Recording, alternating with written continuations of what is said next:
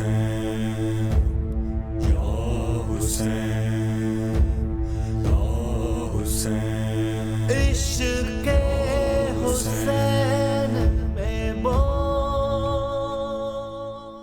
اعوذ باللہ من الشیطان الرجیم بسم اللہ الرحمن الرحیم الحمد للہ الذی لا یبلغ مدحتہ القائلون ولا یحصی نعماءہ العادون ولا یعدی حقہ المجتہدون الذی لیس لصفتہ حد محدود ولا نعت موجود ولا وقت معدود ولا اجل ممدود فطر الخلائق بقدرتہ ونشر الرياح برحمته الصلاة والسلام على الرسول المسدد المصطفى العمجد المحمود الأحمد سيدنا ومولانا ومولى الكونين جد الحسن والحسين عاني أبا القاسم محمد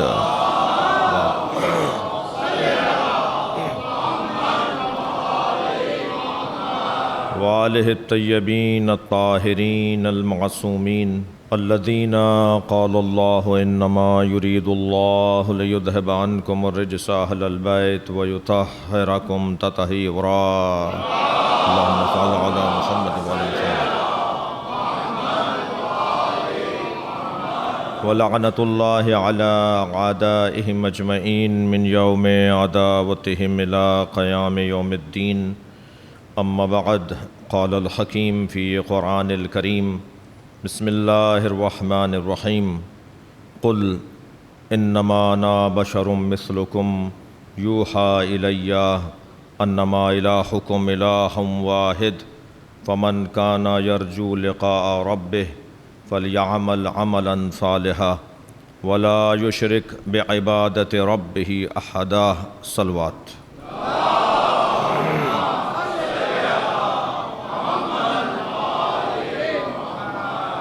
تو قرآن مجید میں دو طرح کی آیات کا ذکر ہے اور دونوں طرح کی آیات کو ایک کو دوسرے کے لیے حاکم اور ایک کو دوسرے کے لیے محکوم قرار دیا گیا ہے، ایک کو وارد ایک کو موروث قرار دیا گیا ہے، ایک کو اصل ایک کو متشابہ قرار دیا ہے، ایک دوسرے کی خدمت میں ہے۔ یفسر بعض کی تفسیر کرتی ہوئی نظر آتی ہے۔ اگر قرآن کی کسی آیت میں ہمیں بات سمجھ میں نہ آ رہی ہو تو یہ قرآن کی آیت کا مسئلہ نہیں ہے، میری سمجھ کا مسئلہ ہے، مجھے اپنی سمجھ کو بہتر کرنا پڑے گا۔ لہٰذا قرآن اس مرحلہ بیان کے اوپر ارشاد ہو رہا ہے، پروردگار عالم اپنے کلام میں ارشاد فرما رہا ہے، قل اے میرے حبیب ان سے کہہ دو انا بشر مثلکم، میں تمہاری طرح کا بشر ہوں، یوحی الیہ مجھ پر مسلسل وحی نازل ہوتی ہے، انما الہکم الہ واحد، جان لو تمہارا اللہ الہ واحد ہے، فمن کان یرجو لقاء ربہ، جو اپنے رب سے ملاقات کا مشتاق ہے، جسے احساس ہے کہ مرنا ہے، جسے یہ پتہ ہے کہ اسے جانا ہے، جو اپنے رب سے ملاقات کا مشتاق ہے، فلیعمل عملا صالحا، اسے چاہیے کہ وہ عمل صالح کو انجام دے، ہاتھ خالی اللہ کی بارگاہ میں نہ پہنچے، کچھ کردار لے کر جائے، فَلْيَعْمَلْ عَمَلًا صَالِحًا وَلَا يُشْرِكْ بِعِبَادَةِ رَبِّهِ أَحَدًا، اور اپنے رب کے ساتھ کسی کو بھی احدہ، کسی کو بھی شریک قرار نہ دے۔ تو اب آیت کریمہ کا ترجمہ آپ نے محسوس کیا، بہت روشن آیت ہے، بہت واضح آیت ہے، اور اس آیت کے اندر بڑا وسیع دسترخوان ہے معارف اور مفاہیم کا۔ کون سے مرحلہ بیان آیت کریمہ پر رکوں اور اس پر بہت دیر تک غور کرتا چلا جاؤں؟ میں ان تمام پیغامات جو اس آیت کریمہ میں پائے جاتے ہیں ان کو مد نظر رکھتے ہوئے بات یہاں سے شروع کروں کہ بشریت اور انسانیت یہ الفاظ مترادف ہیں یا متغایر ہیں، اس کی بحث سے گریز کرتا ہوا اتنا عرض کروں کہ قرآن مجید میں 64 مرتبہ تو لفظ انسان آیا ہے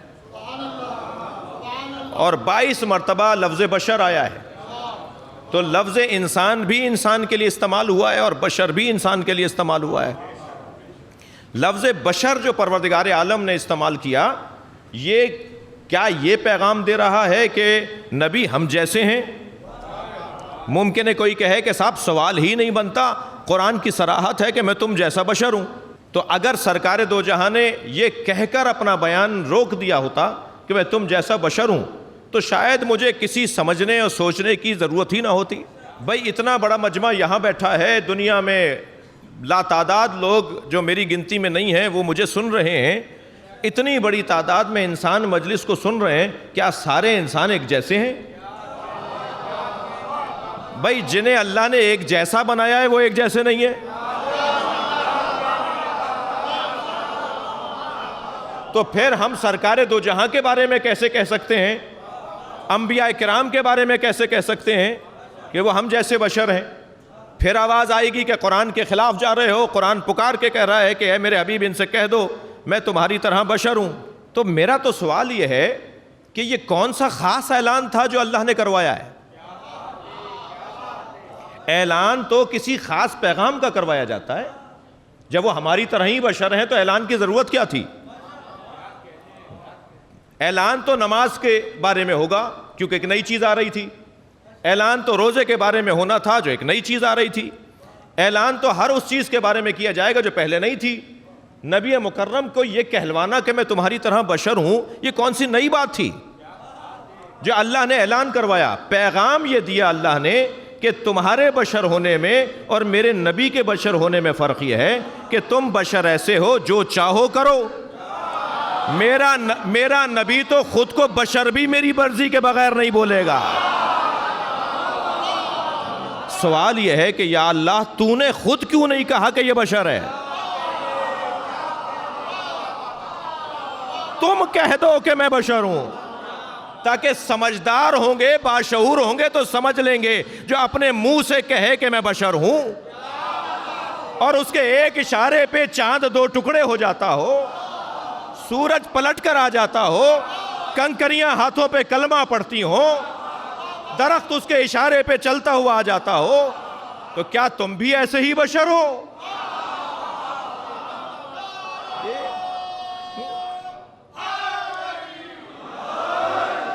نہیں، یہ اللہ نے اپنے حبیب کو نہیں کہا کہ وہ تمہاری طرح بشر ہے، بلکہ حبیب سے کہا کہ تم کہہ دو کہ میں تمہاری طرح بشر ہوں۔ اور آیت یہاں رکی ہوتی تو شاید کوئی شبہ ہو جاتا۔ آیت آگے بڑھ رہی ہے، یوہا الیہ، اوہا الیہ نہیں ہے، میرے اوپر وحی نازل ہوئی ہے۔ یوہا ہے، فعل مضارع ہے، مجھ پر مسلسل وحی نازل ہوتی ہے۔ تو کیا تم بھی ایسے ہی بشر ہو کہ تم پر وحی نازل ہوتی ہو؟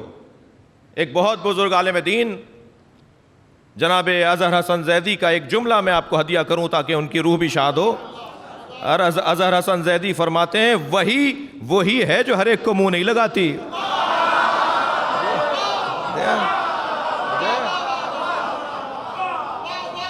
وہی مسلسل وہی نازل ہوتی ہے، انما الہکم الہ واحد، اور وہی یہ نازل ہوتی ہے کہ تمہارا اللہ الہ واحد ہے، تمہارا اللہ الہ واحد ہے۔ عزیزان گرامی، آگے آیت بڑھتی ہے، جان لو کہ اللہ الہ واحد ہے۔ میں انتہائی محترم سامعین، حاضرین و ناظرین و سامعین سے ایک سوال کر رہا ہوں، ہم اللہ کو احد کہیں یا واحد کہیں؟ ہم اس آیت میں اللہ کو واحد پڑھ رہے ہیں، انما الہکم الہ واحد، تمہارا اللہ الہ واحد ہے۔ اور سورہ مبارکہ توحید میں ارشاد ہوا قل هو اللہ احد۔ اچھا وہاں بھی دقت رہے، وہاں بھی اللہ نے اپنے نبی سے کہلوایا ہے، تم کہہ دو کہ وہ اللہ احد ہے، وہ اللہ احد ہے۔ یا اللہ قل هو اللہ احد، اے میرے حبیب تم کہہ دو، قل کہہ دو، هو اللہ، وہ اللہ احد ہے۔ پروردگار عالم نے یہاں بھی خود نہیں کہا کہ میں احد ہوں۔ سورہ کہف کی آیت جو میں نے عنوان کلام قرار دیا، اس میں بھی نبی سے کہلوا رہا ہے کہ میں واحد ہوں۔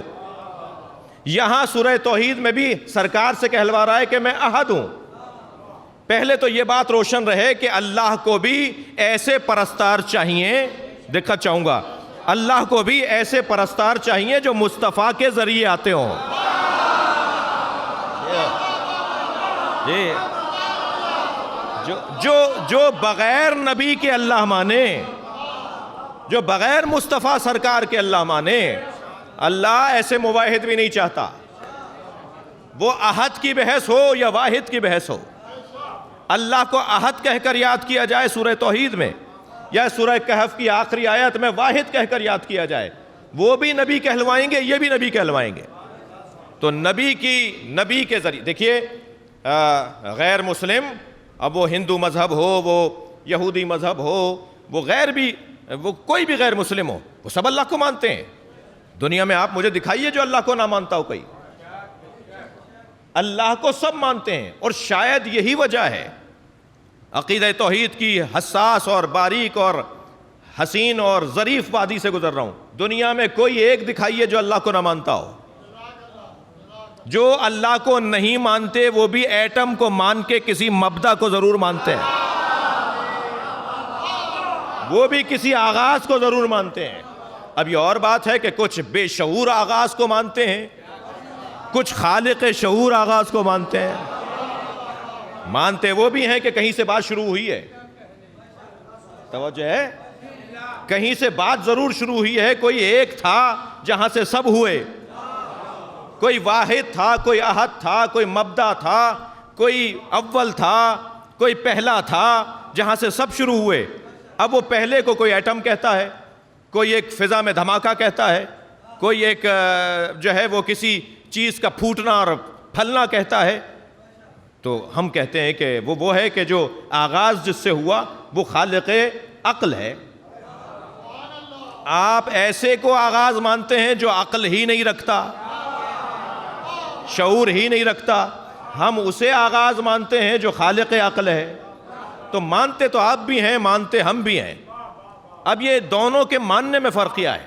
دقت چاہوں گا ایک اور آپ سے دقت چاہوں گا ایک بات کے اوپر، اور وہ یہ کہ قرآن مجید میں پروردگار عالم نے وجود الہی پر کوئی دلیل نہیں دی ہے.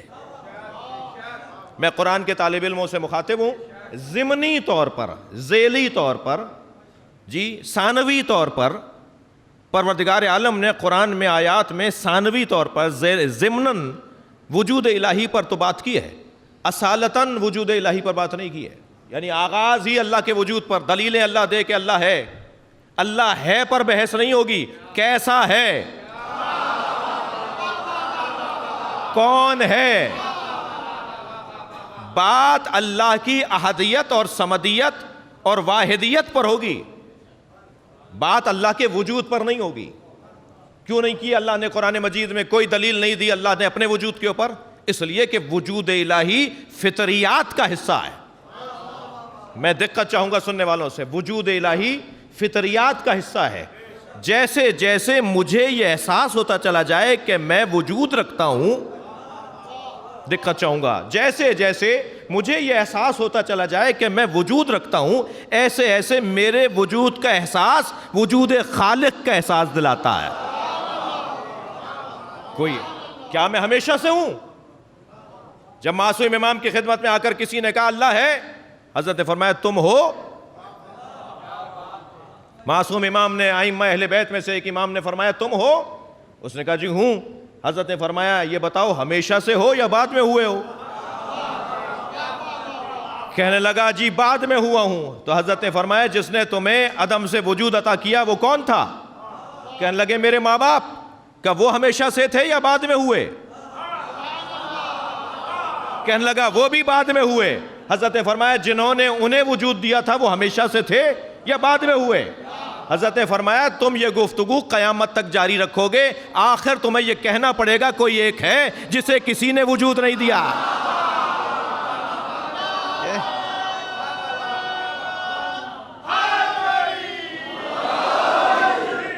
اور جسے کسی نے وجود نہ دیا ہو وہی واجب الوجود ہے. بس اس کے علاوہ جتنے ہیں سب ممکن الوجود ہیں، اور وہ تنہا ہے جو واجب الوجود ہے. میرا اور آپ کا ہونا نہ ہونا برابر ہے. ہمارے نہ ہونے سے کچھ نہیں ہوا تھا اور نہ ہونے سے کچھ نہیں ہوگا. کیسے کیسے ترم خان، کیسے کیسے لن ترانیاں، کیسے کیسے اونچے محل بنانے والے، کیسے کیسے ہزاروں ایکڑ کے زمیندار جو یہ سوچتے تھے کہ ہم نہیں ہوں گے تو کچھ نہیں ہوگا، وہ چلے گئے مگر سب کچھ ہے. کوئی دنیا نہیں مٹی، کوئی کاروبار زندگی ختم نہیں ہوا. سوچا جاتا تھا کہ فلاں چلا گیا تو کیا ہوگا، فلاں کو گئے ہوئے مدتوں گزر گئیں. کبھی پرانے قبرستانوں میں ضرور جایا کریں، قدیمی قبرستانوں میں ضرور جایا کریں. وہ لمبی دراز قبریں، وہ ہزاروں سال پرانی میتیں، جب ان کے کتبوں کو اگر پڑھیں، اگرچہ بعض تعلیمات کی روشنی میں کتبوں کو زیادہ پڑھنا بھی کراہت رکھتا ہے جی، مگر ان کے جب آپ کتبوں کو پڑھیں گے تو لگے گا کہ یہ کیسے کیسے لوگ تھے جو آج نہیں ہیں. جب میرے معصوم امام کو ہارون رشید نے دربار میں بلایا اور حضرت سے کہا کہ شعر سنائیں، تو حضرت فی البدی ایک نظم کہی، باتو علی قلل الجبال تحرسہم. کتنے ہی لوگ ہیں جنہوں نے بڑے بڑے محل بنا کر بڑی ٹھنڈی نیندیں لیں، وہ محل بھی زمین بوس ہو گئے اور محلوں میں رہنے والے بھی لاپتہ ہو گئے. لہٰذا کوئی یہاں تو ہمارا وجود ممکن وجود ہے، ہمارا ہونا نہ ہونا برابر ہے. اور جس کا ہونا نہ ہونا برابر ہو وہ اتنی لنترانیاں زمین پر ایسے پیر پٹک کر چلتا ہے کہ گویا زمین کے سینے کو چیر ڈالے گا. گردن ایسے اکڑا کر چلتا ہے کہ پہاڑ سے زیادہ اونچی گردن کر لے گا. خبردار، خیال رہے، اولہم نجاسہ آخرہم جیفا. تمہارا اول بھی نجاست ہے، تمہارا آخر بھی نجاست ہے. تم اپنے اندر پانچ نجاستیں لیے پھرتے ہو. بول و براز تمہارے اندر نجاست، خون اور آب پشت تمہارے اندر نجاست، مر جاؤ تو تمہاری میت نجس. جو پانچ نجاستیں لیے پھرتا ہو، سوال تو اس سے ہے کہ تکبر کس بات کا ہے. کچھ لوگ بڑی گاڑیوں میں بیٹھ کر خود کو بڑا سمجھتے ہیں، جنہیں گاڑی دھوکہ دے رہی ہو انہیں کوئی اور کیا دھوکہ دے گا. عزیزان گرامی، یہ دنیا ختم ہونے والی ہے. رہ وہ جائے گا جو کردار ادا کرے گا، باقی اس کا نام رہے گا. 1400 سال بعد ذکر اسی کا ہوگا کہ جو 1400 سال پہلے کردار دکھا کر چلا گیا، عمل کی دنیا میں شہسوار بن کر دکھایا اس نے. وہ آج 1400 سال کے بعد بھی ہمارے دلوں پر بستا ہے. اس کا مزار ہمارے دل میں ہے، اس کی قبر ہمارا دل ہے. اور اس دل سے جب اس کی یاد ابھرتی ہے تو آنکھوں میں آنسو آ جاتے ہیں. تو اتنا کہتا ہوا گزروں کہ اللہ نے ذات کردگار ہی واجب الوجود ہے، باقی ہم سب ممکن ہے. تو وہ اللہ کہ جس کا ہونا لازم ہے وہ ہے جو واجب الوجود اور اول الوجود، جس سے تمام وجود میں آئیں گے. اب احد کہیں اسے یا واحد کہیں. پوچھا کسی دانشور سے کہ واحد کی تعریف کیا ہے؟ توجہ ہے، پوچھا واحد کی تعریف کیا ہے؟ تو انہوں نے کہا نصف الاثنین، 2 کا آدھا. جو 2 کا آدھا ہو جائے وہ واحد. پوچھا جی احد کی تعریف کیا ہے؟ کہا ثلاثن واحد، 1 کا 2، 1 کے جب 2 ہوں تو وہ پھر احد ہو جاتا ہے. تو یہاں واحد اور احد کی بحث میں یہ کہتا ہوا گزروں کہ اگر اللہ نے خود کو احد کہا، خود کو واحد کہا، تو کیوں ایسا ہوا؟ اللہ احد ہے. اگر اللہ احد ہے تو اس کا ترجمہ ہوگا اکیلا، اور اگر اللہ واحد ہے تو اس کا ترجمہ ہوگا پہلا. اگر ہم اللہ کو واحد کہیں گے تو اللہ یعنی پہلا، تو جہاں پہلا ہو وہاں دوسرا بھی ہوتا ہے. تو پھر تو تقویت ہوگی ان لوگوں کو جو تثلیث کے قائل ہیں، جو 3 اللہوں کے قائل ہیں. نہیں، پہلا نہیں، اکیلا. تو پھر اللہ نے واحد کیوں کہا ہے اگر واحد کا ترجمہ پہلا ہے، اول ہے، جس کا آخر ہوتا ہے؟ پھر اللہ نے واحد کیوں کہا ہے؟ تو عزیزو ذہن میں رہے کہ قرآن ایک سطح سے مخاطب نہیں ہوتا. قرآن کے مخاطبین ایک سطح کے لوگ نہیں ہیں، قرآن ہر سطح کی ذہنیت سے بات کرتا ہے۔ جب قرآن مجید ان لوگوں سے مخاطب ہوا جو 365 اللہ کا تصور لیے بیٹھے تھے، تو اللہ نے کہا وہ 365 ایک طرف اور یہ ایک طرف۔ اور جب تصور یہ ہوا کہ نہیں اللہ کے علاوہ کوئی ہو ہی نہیں سکتا، تو پھر اللہ نے واحد نہیں کہا اپنے لیے، احد کہا۔ تو اب جہاں معیار فہم بلند ہو گیا وہاں احد کہا گیا، اور جہاں معیار فہم کوتاہ تھا وہاں واحد کہا گیا۔ مخاطب تو سبھی ہیں، اور سورہ مبارکہ توحید کا تو شان نزول ہی یہ ہے کہ سرکار سے آ کر مشرکوں نے پوچھا انسب لنا ربک، آپ اپنے رب کا نسب بتائیے۔ تو اللہ کا نسب پوچھا گیا تھا تو یہ سورہ نازل ہوا، قل هو اللہ احد، ان سے کہہ دو میرا اللہ اکیلا ہے، نسب تو اس کا ہوتا ہے جس کے آباء و اجداد ہوں، جس کا خاندان ہو۔ میرا اللہ تو احد ہے، اکیلا ہے، اللہ الصمد، وہ بے نیاز ہے۔ رشتہ داریاں ہیں جو نیاز مندیاں بناتی ہیں، یہ چچا ہیں، یہ نانا ہیں، یہ تایا ہیں، یہ رشتہ داریاں ہیں جو ضرورتوں کو بناتی ہیں۔ اللہ بے نیاز ہے، لم یلد ولم یولد، نہ کوئی اس سے پیدا ہوا ہے نہ اس نے کسی کو پیدا کیا ہے، تو اس کا تو نسب ہی یہ ہے، اس کا نسب۔ یہ سورہ مبارکہ توحید اللہ کے نسب کے اوپر پوچھا گیا تھا، اللہ کا نسب، تو یہ نسب اللہ کا بیان ہو رہا ہے۔ یہاں احد، معیار فہم کیونکہ بشر کا بلند ہے تو یہاں احد کہہ کر یاد کیا گیا۔ اور نبی مکرم کی ایک حسین حدیث ہے، حضرت فرماتے ہیں کہ سورہ مبارکہ توحید ان لوگوں کے لیے نازل ہوا ہے، سیاتی زمانن، ایک ایسا زمانہ آئے گا کہ جس زمانے میں لوگ متعمقون، عمیق اور گہری سوچ کے حامل ہوں گے۔ سطحی سوچ رکھنے والوں کا دور گزر جائے گا، گہری سوچ رکھنے والے، دقت کرنے والے، عمق میں جا کر، گہرائی میں، تہ میں جا کر سوچنے والوں کا زمانہ آئے گا۔ یہ سورہ توحید ان کے لیے نازل ہوا ہے۔ اچھا، اب احد اور واحد کی بحث میں کچھ دیر اور آپ کی توجہ چاہوں گا۔ اللہ احد ہے، واحد نہیں ہے۔ جن کے لیے واحد کہا ان کا شعور کم تھا، وہ سطح عمومی کے لوگ تھے۔ جن کے لیے احد کیا یہ سطح عمومی کے لوگ نہیں ہیں، یہ متعمقون ہیں، یہ گہری سوچ رکھنے والے ہیں۔ اللہ احد ہے، احد یعنی اکیلا۔ اس اکیلے پن کو میں کیسے اپنے محترم سننے والوں کے سامنے منتقل کروں؟ اگر منتقل نہ کر پایا تو میری کم علمی ہوگی، آپ کے فہم اور فراست میں کوئی کوتاہی نہیں ہے۔ اللہ احد ہے یعنی نہ قابل تقسیم ہے، نہ جہت بردار ہے، نہ مرکب ہے۔ دقت چاہوں گا، نہ اللہ مرکب ہے۔ دیکھیے پانی دو چیزوں سے مل کے بنتا ہے، ہائیڈروجن اور آکسیجن اگر مل جائے تو پانی بنے گا۔ یہ دو چیزوں کی ترکیب پانی کو خلق کرتی ہے۔ تو جہاں مرکب ہو جائے، چیز ایک نظر آ رہی ہے مگر ترکیب سے ہے۔ جی میں ایک ترکیب عرض کرنا چاہ رہا ہوں کہ یہ جو پانی دو چیزوں سے مل کر بنا تو یہ مرکب ہو گیا، ایک دوسرے کی محتاج، دوسرا پہلے کی محتاج، اور جو محتاج ہو جائے وہ سمد نہیں ہوتا،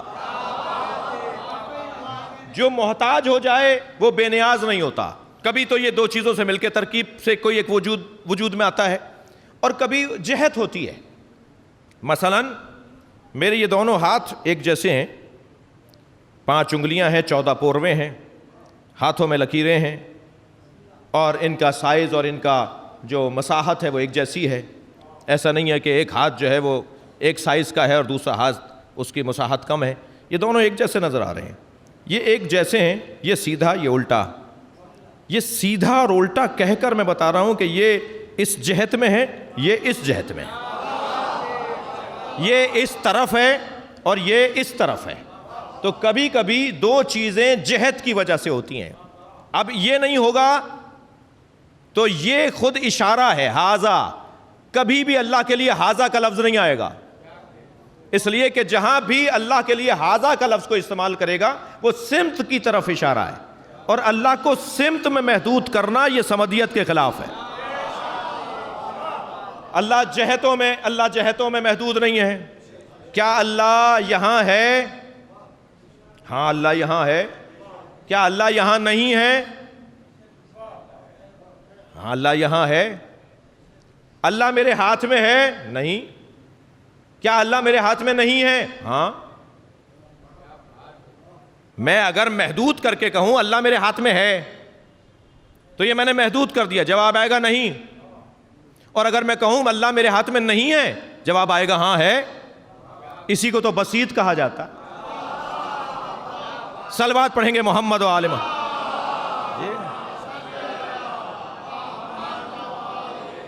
بھائی ذرا عقیدہ توحید بھی سنتے جائیے. عقیدہ توحید ہماری اساس ہے، ہماری بنیاد ہے. اور جو موحد نہیں ہے وہ سب کچھ ہوگا مگر ہمارے نزدیک معتبر نہیں ہے. موحدین کا تو بڑا مقام ہے، اور غیر موحدین سے ہمیں نفرت کرنے کا حکم نہیں ہے، بلکہ ان کو پیار دے کر قریب کر کے پیغام توحید پہنچانے کا حکم ہے. کافر کو مسلمان بنانا مسلمان کا کام ہے، مسلمان کو کافر بنانا مسلمان کا کام نہیں ہے.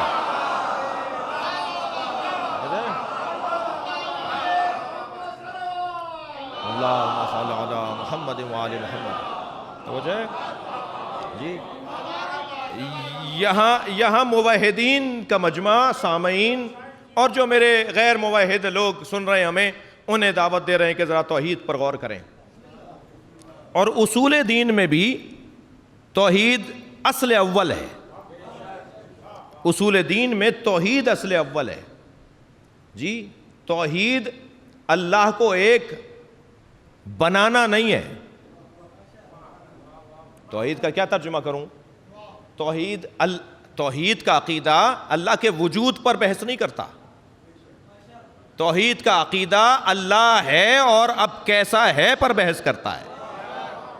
وہ وحدہ لا شریک ہے، وہ ترکیب سے نہیں بنا، وہ جہتوں میں تقسیم نہیں ہے، وہ جہتوں میں نہیں ہے، وہ تقسیم بھی نہیں ہے.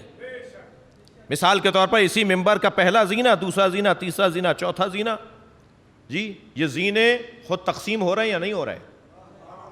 تو اگر کسی وجود کو تقسیم کر دیا جائے تو ایک مقسم، ایک قسم دوسرے مقسم کی محتاج ہے. یہ چوتھا تیسرے کا محتاج ہے، یہ تیسرا دوسرے کا محتاج ہے، یہ دوسرا پہلے کا محتاج ہے، اور یہ سب ایک دوسرے کے محتاج ہیں. تو نہ اللہ قابل تقسیم ہے، احدیت کا یہ مطلب ہے، نہ جہت رکھتا ہے، اور نہ ہی پروردگار عالم ترکیب سے بنا ہے، بلکہ اللہ احد ہے یعنی اکیلا ہے. پھر دقت چاہوں گا، بحث تھوڑی سنگین ہے مگر کرنے کی ہے اور پڑھنے کی ہے. اللہ کے بارے میں جب ہم کہتے ہیں کہ توحید کا عقیدہ، تو توحید کا عقیدہ اللہ کو ایک بنانا نہیں ہے. تم بناؤ گے تو تم اللہ کیوں نہیں ہو معاذ اللہ؟ جو اللہ کو بنا رہا ہو اس کی پرستش کیوں نہیں ہو رہی؟ تو یہ جتنے بھی دنیا میں بت پرست لوگ ہیں، صنم تراش لوگ ہیں، ان سے تو سوال ہی ہونا چاہیے کہ اس بت کو تو تمہارا سجدہ کرنا چاہیے کہ تم نے اسے بنایا ہے. تم اس کا سجدہ کیوں کر رہے ہو جسے تم نے خود بنایا ہے؟ کیا عقل بشر اتنا زوال پذیر ہو سکتی ہے کہ اپنے ہی ہاتھ سے بنائے ہوئے کو اپنا اللہ بولے؟ اچھا ممکن ہے کوئی کہے کہ نہیں صاحب وہ اسے اللہ نہیں بولتے، اللہ کو وہ مانتے ہیں. میں ایک جملہ کہتا جاؤں گا، جو اللہ کو مانتا ہو بغیر مصطفیٰ کے، وہ مسلمان نہیں کہلایا جا سکتا. مسلمان اسے کہا جائے گا، موحد اسے کہا جائے گا جو اللہ کو مصطفیٰ سے سمجھتا ہو. دیکھیں نبی کے بغیر اگر اللہ کو سمجھو گے تو ایسے ہی سمجھو گے جیسے سمجھ رہے ہو، کہ کبھی اسے اللہ بنا لیا، کبھی اسے اللہ بنا لیا. اور سرکار دو جہاں نے تو دنیا کے جتنے بھی الہ تھے انہیں سب کو اپنے دروازے پہ جھکایا. کسی نے پتھروں کو الہ مانا تو کنکریوں نے کلمہ پڑھا، سورج کو اللہ مانا تو پلٹا کے دکھایا، جی چاند کو اللہ مانا تو ٹکڑے کر کے دکھایا، جانوروں کو اللہ مانا تو اپنی خدمت میں بلا لیا، درختوں کو اللہ مانا تو اس کو چلوا کے دکھا دیا، دنیا کے ستاروں کو اللہ مانا تو ڈیوڑی پہ اتار کر دکھا دیا. جی جتنے بھی دنیا میں الہ مانے جا رہے تھے وہ سب سرکار کے دروازے پر آ کر بتا رہے ہیں کہ اپنی عقل کو بہتر کرو. جنہیں تم اللہ مانتے ہو وہ تو یہاں جھکتے ہیں. اب سمجھ میں آتا ہے کہ نبی نے خود کو بشر کیوں کہا تھا. جب سارے الہ یہاں جھکے تو کہیں شرک نہ ہو جائے, کہیں مصطفیٰ کو غلو کا شکار نہ کر دیا جائے. اے میرے حبیب کہہ دو میں تمہاری طرح بشر ہوں.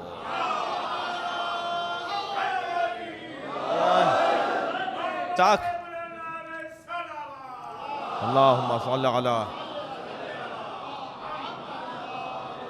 تاکہ عقیدہ توحید کا تحفظ بھی رہے اور غالیوں سے بیزاری بھی رہے. یہ مجلسیں, یہ منبر, یہ محافل, یہ عزاداری غلو کو پھیلانے کی جگہ نہیں ہے. یہ شرک کے خلاف بھی ہے, یہ کفر کے مخالف بھی ہے, اور یہ غالیوں سے بیزار بھی ہے. یہ ناصبیوں سے بیزار ہے تو یہ خارجیوں سے دل گرفتہ ہے. یہ غلو پھیلانے کی جگہ نہیں ہے. عقیدہ توحید کا تحفظ رہے اور انسانیت کے کمالات کا اقرار رہے. خبردار خبردار, عقیدہ توحید انسانیت کے کمالات کو اقرار کرنے کی دعوت دیتا ہے. جو لوگ اللہ کے علاوہ کسی کو ماننے کو تیار نہیں ہیں, یہ کہہ کر کہ ہم صرف اللہ کو مانتے ہیں, وہ اللہ کو نہیں مانتے اس لیے کہ اللہ کی نہیں مانتے. اللہ کی بات ماننے کی ضرورت ہے. اللہ انسان کو کمالات دے کر انسان کو انسان کے سامنے باقدر بنانا چاہتا ہے. عقیدہ توحید اللہ کو ایک بنانا نہیں ہے, اللہ کو ایک جاننا نہیں ہے, اللہ کو ایک ماننا ہے. اللہ کو ایک ماننا عقیدہ توحید ہے. اللہ ایک ہے, اور ایک کا ہماری زبان کیونکہ محدود زبان ہے تو اللہ اکیلا ہے, اللہ احد ہے, اللہ تنہا ہے, اللہ کے علاوہ کوئی اور الہ نہیں ہے. سرکار دو جہاں نے مکہ المکرمہ میں لا الہ الا اللہ کہلوایا, کیونکہ بحث تمام الہوں کے انکار کی تھی اور ایک وحدہ لا شریک کے ماننے کی تھی. جب مدینہ پہنچے تو آپ نے نماز پہنچائی, روزہ پہنچایا, حج پہنچایا, تو جس رسول نے مکے میں لا الہ الا اللہ کہلوایا اس رسول کو مدینے میں اللہ نے محمد رسول اللہ کہلوایا. سورہ مبارکہ فتح میں پروردگار عالم نے مدینے میں نبی کو رسول کہلوایا. اب جو توحید کا عقیدہ بچائے, نبی کی رسالت بچائے, جو محافظ عقیدہ توحید ہو, محافظ عقیدہ رسالت ہو, اب اسے کیا کہلوایا جائے گا؟ اب اسے کون کیا کہے گا؟ تو غدیر کے میدان میں نبی کو حکم ہوا, بلغ ما انزل الیک من ربک, پہنچا دیجئے وہ پیغام جو آپ کے رب نے آپ پر پہنچایا. اور نبی نے دونوں ہاتھوں پہ علی کو بلند کر کے کہا, من کنت مولا فہذا علی مولا.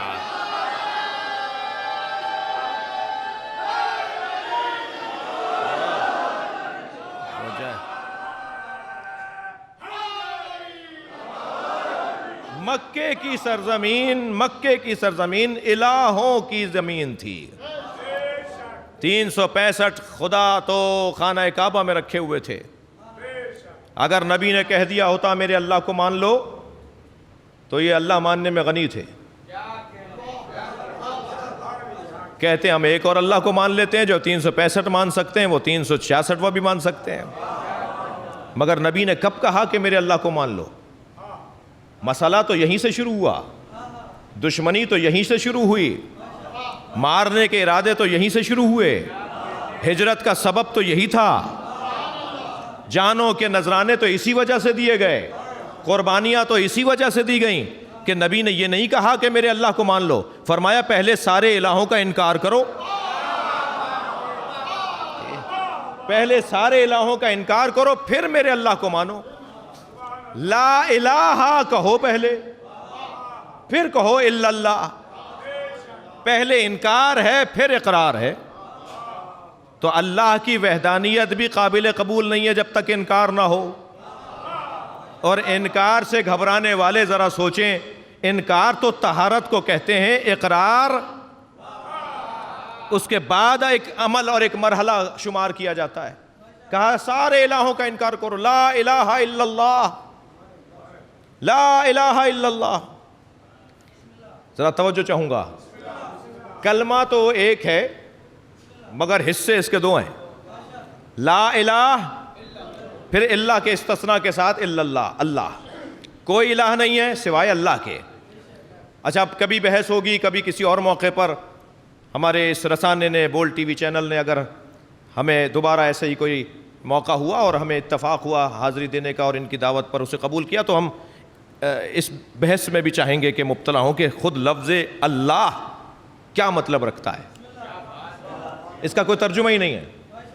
آپ انگریزی میں ترجمہ کریں، ترجمہ ہے وہ اللہ نہیں ہے. اردو میں اس کا ترجمہ کریں، وہ اس کے اندر وہ طاقت نہیں ہے جو لفظ اللہ میں ہے. اللہ کی 99 صفات کی طاقت کو ایک جگہ کیا جائے تو لفظ اللہ بنتا ہے. لہذا لفظ اللہ کا تو کوئی ترجمہ ہی نہیں ہو سکتا. یہ اس میں جلالہ ہے، تمام صفات کا مستجمع ہے.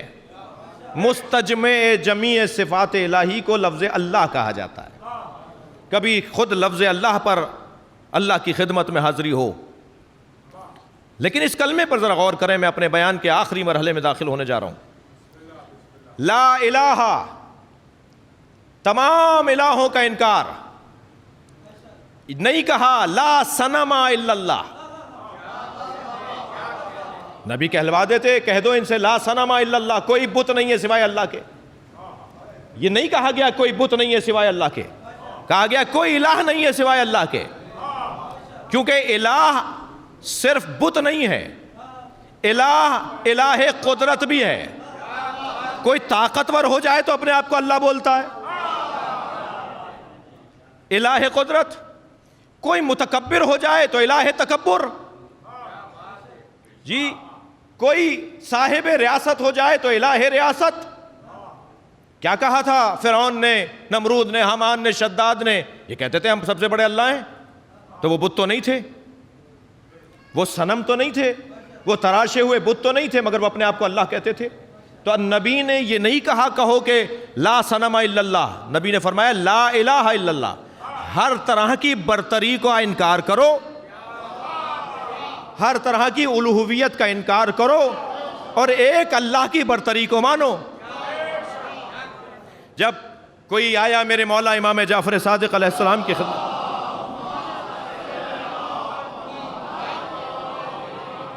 اور حضرت سے سوال کیا کہ مولا مجھے کچھ عطا کریں، حضرت نے فرمایا کہو کہ تم اللہ اکبر کا کیا مطلب لیتے ہو؟ اللہ اکبر کا کیا مطلب لیتے ہو؟ کہنے لگا مولا میں تو یہی سمجھا ہوں کہ اللہ سب سے بڑا ہے. حضرت نے فرمایا یہ شرک ہے. دقت چاہوں گا. حضرت نے فرمایا یہ شرک ہے. تم جب اللہ کے بارے میں یہ کہو کہ اللہ سب سے بڑا ہے، اس کا مطلب ہے کہ سب کو تم نے اللہ کی گنتی میں رکھا ہے، سب کو تم نے اللہ کے ساتھ گردانا ہے، سب کو تم نے اللہ کے ساتھ مانا ہے، اور اللہ کے ساتھ کسی ایک کو بھی مان لو گے تو یہی شرک ہے. کہ مولا مجھے عطا کریں پھر اللہ اکبر کا کیا مطلب ہے؟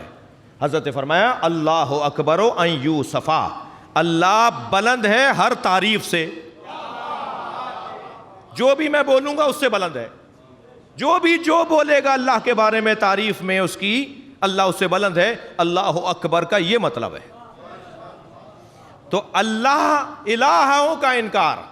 اب عزیزان گرامی میں اپنے بیان کے آخری مرحلے میں داخل ہو رہا ہوں. خواجہ اجمیری جنابی معین الدین چشتی رحمۃ اللہ علیہ ضرورت شعری کی وجہ سے آدھا کلمہ پڑھ کر نہیں گئے. حقا کے بنا لا الہ. ہست حسین، شاہ است حسین، بادشاہ است حسین، دی است حسین، دی پناہ است حسین، سرداد ندا دست در دست یزید، حقا کے بنا لا الہ است حسین. یہ ضرورت شعری نہیں تھی کہ اگر وہ بول دیتے حقا کے بنا لا الہ الا اللہ است حسین تو مصرع باہر نکل جاتا. بحر سے خارج ہو جاتا، وزن سے باہر نکل جاتا، تو انہوں نے وزن کو رکھنے کے لیے اللہ کا لفظ ہٹا دیا اور صرف یہ بول دیا کہ حقہ کے بنا لا الہ حسین۔ یہ ضرورت شعری نہیں تھی، شعر کے وزن میں آدھا کلمہ نہیں پڑھا انہوں نے، بلکہ بتانا چاہتے ہیں کہ حسین نے جس زمانے میں قیام کیا ہے اس زمانے میں سارے باطل خداؤں کا نمائندہ کرسی پہ بیٹھا تھا۔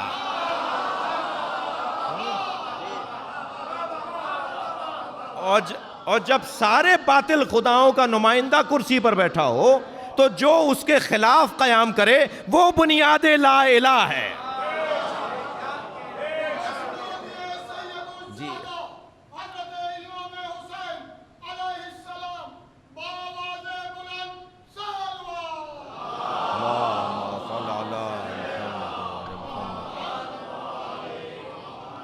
حسین کربلا میں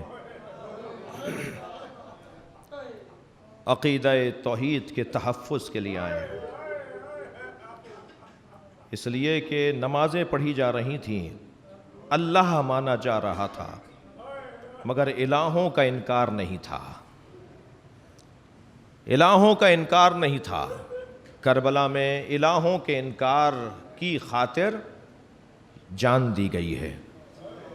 جان تو جان ہے، مگر ظلم کی قباحت شدید ہو جاتی ہے اگر مظلوم عظیم ہو جائے۔ دقت چاہوں گا اہل عزا کے لیے، کسی بچے پر ظلم بھی ظلم ہے، کسی روڈ چلتے پر ظلم بھی ظلم ہے، لیکن اگر مظلوم عظیم ہو تو ظلم کی قباحت شدید ہو جاتی ہے۔ اب اگر 64 ہجری میں کسی نے قاتلان حسین سے بدلہ لیا ہو تو عزیزو وہ حسین کا بدلہ نہیں ہے، اس لیے کہ ساری دنیا اگر 70 مرتبہ مار کر اٹھائی جائے تو حسین مولا کے ناخون پاک کا بدلہ بھی نہیں ہے۔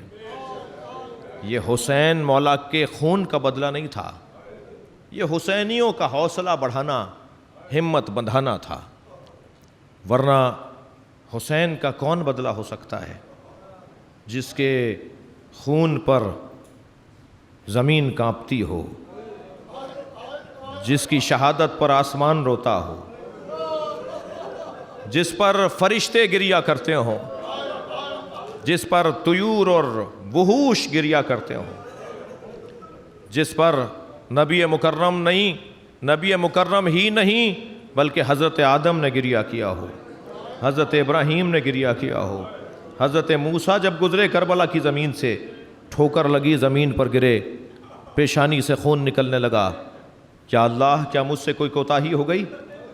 کہا نہیں، تم سے کوئی کوتاہی نہیں ہوئی ہے، یہ زمین کربلا ہے، یہاں میرے آخری نبی کا پیارا نواسہ مارا جائے گا، میں اس کے خون میں تمہارا خون ملا رہا ہوں۔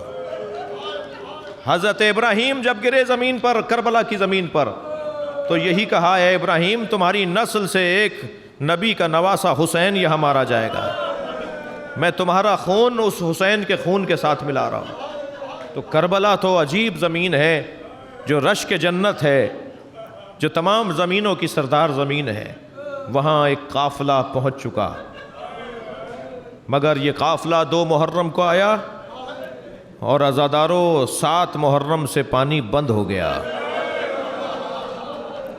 یہ 3 دن کا پیاسا قافلہ ہے۔ اس قافلے میں صرف مرد نہیں تھے، اس قافلے میں بیویاں بھی ہیں، اس قافلے میں بچے بھی ہیں، بچیاں بھی ہیں، اور آپ رو رہے ہیں، سنیں گے، لاشیں تو حسین نے بہت اٹھائے، بلکہ میں کہہ دوں کہ سارے لاشیں شہدائے کربلا کے خود حسین نے اٹھائے، اور ہر لاشا اس لیے بھی اٹھاتے تھے کہ کہیں محبت بدنام نہ ہو جائے، یہ میری خاطر آئے ہیں، یہ میری اطاعت میں آئے ہیں، یہ میری اتباع میں آئے ہیں، تو ہر لاشا خود اٹھا کے لاتے تھے، کسی اور کو اٹھانے نہیں دیتے تھے۔ لیکن عزادارو 4 لاشوں پہ حسین بہت روئے، خود حسین کی آنکھوں میں آنسو بہت آئے۔ ایک لاشا قاسم کا لاشا ہے، قاسم ابن حسن علیہ السلام علیہم السلام کا لاشا، جب پامال لاشا لے کر آئے نا اپنے بھتیجے کا، تو خیموں کے باہر بیویوں نے استقبال کیا۔ حسین بچے کا لاشا لا رہے ہیں اور خیموں کے باہر سیدانیاں استقبال کر رہی ہیں، مگر تعجب مولا حسین کو جب ہوا کہ جب دیکھا کہ اس بچے کی ماں نظر نہیں آ رہی۔ ساری بیویاں تو تھیں مگر حضرت بی بی ام فروہ علیہ السلام نہیں تھیں۔ پوچھا بہن زینب بھابھی کہاں ہیں؟ تو کسی نے بتایا جب شہادت قاسم کی خبر آئی تھی تو ام فروہ پشت خیمہ پہ چلی گئی تھی۔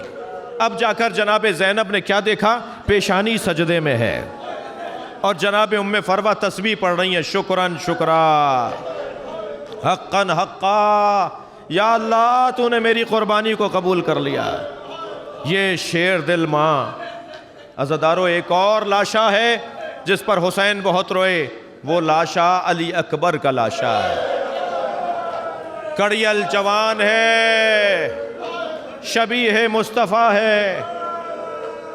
تیسرا لاشا جس پہ مولا حسین نے بہت گریہ کیا، وہ لاشا عباس علمدار کا لاشا ہے۔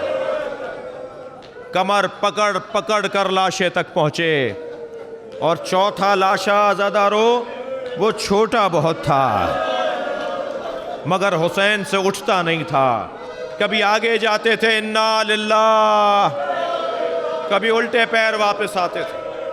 علی اصغر کا لاشا حسین نے اٹھایا۔ اب کربلا کی زمین پر اکیلے حسین رہ گئے۔ چاروں طرف سے تیر برسنے لگے، نیزے بھالے برچھیوں سے حملے ہوئے، بے رحموں نے پتھر مارے، سنگ دلوں نے گرم ریت پھینکی۔ حسین گھوڑے پہ ڈگمگانے لگے۔ ایک ایسا مرحلہ آیا، فرمایا اے ذوالجناح اب مجھ سے تیری پشت پہ بیٹھا نہیں جاتا۔ حسین زمین کربلا پر آئے، ایک مرتبہ شمر خنجر لے کر آگے بڑھا، میرے مولا کے گلوئے اقدس پہ خنجر چلا، زمین کربلا کو زلزلہ آیا، سیاہ آندھیاں چلنے لگیں۔ ایک پھوپھی نے بھتیجے کا بازو ہلایا، اے زین العابدین اٹھو، دیکھو یہ آندھی کیسی ہے، یہ زلزلہ کیسا ہے۔ کہا، فرمایا پھوپھی اماں خیمے کا پردہ ہٹائیے۔ اب جو خیمے کا پردہ ہٹا، نو کے نیزہ پر حسین کا سر۔ امام زین العابدین علیہ السلام نے سلام کیا، السلام علیک یا ابا عبداللہ، اے فرزند رسول، ہم اہل بیت رسول کا سلام۔ کربلا کی زمین پر حسین مارے گئے، لاشا پامال کیا گیا، خیمے لوٹے گئے، تبرکات لوٹ لیے گئے۔ عاشور کا دن ڈھل گیا، شام آ گئی۔ شام بھی شام غریباں، ایک ایسی رات جو مظلوموں کی رات ہے، جو اللہ کے پیاروں کی رات ہے، جو مجاہدین اسلام کی رات ہے، جو مجاہدوں کے معاونوں کی رات ہے۔ ننھے ننھے بچوں کو جمع کیا، سلام ہو زینب کبریٰ سلام اللہ علیہا، سلام ہو بی بی آپ پر۔ جب سارے بچوں کو جمع کر لیا، مجھے نہیں معلوم کہ پانی کہاں سے آیا، لیکن اتنا ہے کہ پانی لایا گیا۔ جناب زینب نے کوزے میں پانی بھرا، جناب سکینہ سے کہا سکینہ پانی پی لو۔ فرمایا پھوپھی اماں آپ مجھ سے زیادہ پیاسی ہیں۔ فرمایا سکینہ پہلے بچے پانی پیتے ہیں۔ تو جناب سکینہ نے کوزہ اٹھایا، کربلا کے اندھیرے بیابان میں دوڑنے لگیں، پیچھے پیچھے بیویاں گئیں۔ سکینہ اکیلی کہاں جا رہی ہو؟ کہا پھوپھی اماں آپ نے کہا ہے پہلے بچے پانی پیتے ہیں۔ بابا حسین علی اصغر کو پانی پلانے لے گئے، واپس لے کر نہیں آئے، میرا بھیا پیاسا ہے۔ شام تمام ہوئی، صبح 11 محرم ہوگی، پھر اسیری کی داستان ہوگی، کوفہ ہوگا، شام ہوگا، اہل بیت دیار بدیار، کوچہ بکوچہ لے جائے جائیں گے۔ اللہ لعنت اللہ علی قوم الظالمین، فسیعلم الذین ظلموا أي منقلب ينقلبون